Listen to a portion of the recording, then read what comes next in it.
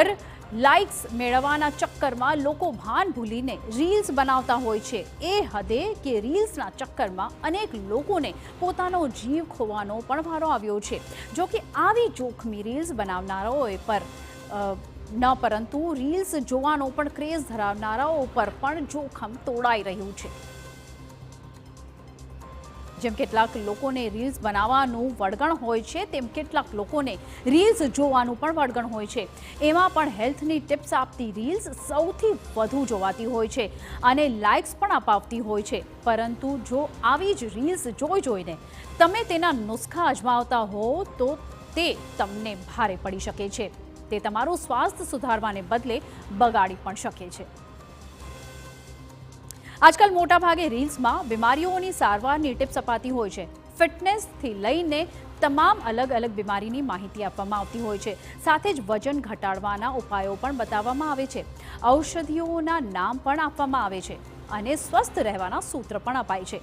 પરંતુ જો તમે આવી રીલ્સ પર 100% ભરોસો કરો છો તો તે ખતરનાક સાબિત થઈ શકે છે, કારણ કે આવા દાવા ખોટા સાબિત થતા હોય છે અને એક દાવા પ્રમાણે રીલ્સમાં 98% માહિતી અધૂરી અને ખોટી હોય છે।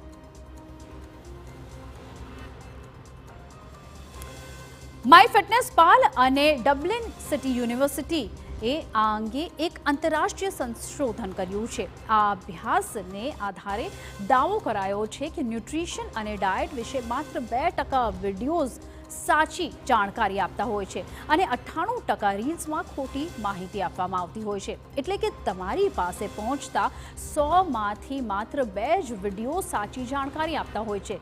રિપોર્ટમાં એવું પણ કહેવામાં આવ્યું છે કે ખોટી જાણકારીવાળા વિડીયોની સત્યતા વિશે ચકાસણી કર્યા વિના જ લોકો તેને ફોલો કરતા હોય છે અને ખાસ તો વજન ઘટાડવાના ડાયટ પ્લાનવાળી જે રીલ્સ હોય છે તે ટ્રેન્ડિંગમાં હોય છે અને ટોપ ટ્રેન્ડમાં હોય છે ને એટલા માટે જ વધારેથી વધારે લોકો તેને ફોલો કરતા હોય છે।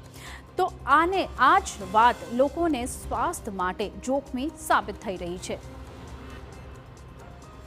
બારોબાર મેડિકલ સ્ટોર પરથી દવા લઈએ અથવા હવે કોઈ સોશિયલ મીડિયા પરથી વાંચીને દવાઓ જાતે કરીએ, એ હાનિકારક પણ પ્રૂવ થઈ શકે।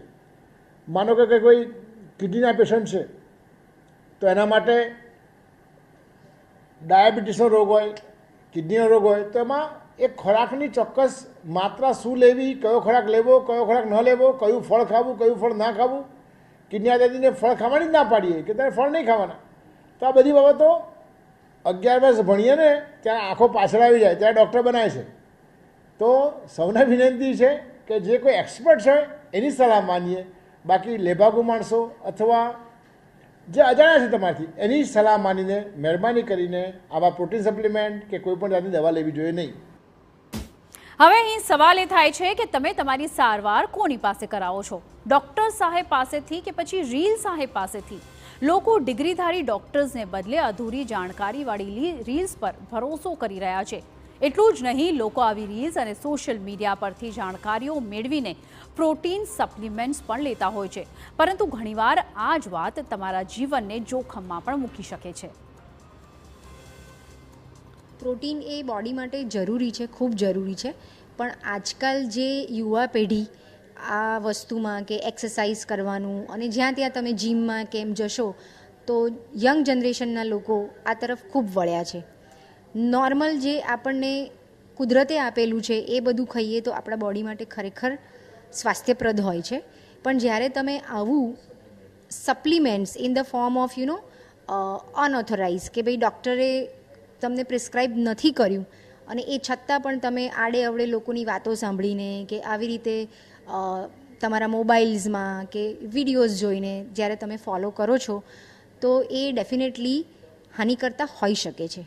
એટલે આ વસ્તુ તમારે તમારા ડૉક્ટરને મળીને અને પછી એને લેવી જોઈએ। એટલે કે હવે તમારે નક્કી કરવાનું છે કે તમારે કોની વાત માનવાની છે। ડૉક્ટર સાહેબ પાસે MBBS MDની ડિગ્રી હોય છે તો બીજી તરફ રીલ સાહેબ પાસે અધૂરી માહિતી હોય છે। ડૉક્ટર સાહેબ સર્ટિફાઈડ ડૉક્ટર્સ હોય છે તો બીજી તરફ રીલ સાહેબને તેમાં સબસ્ક્રિપ્શનમાં જ તેમને રસ હોય છે।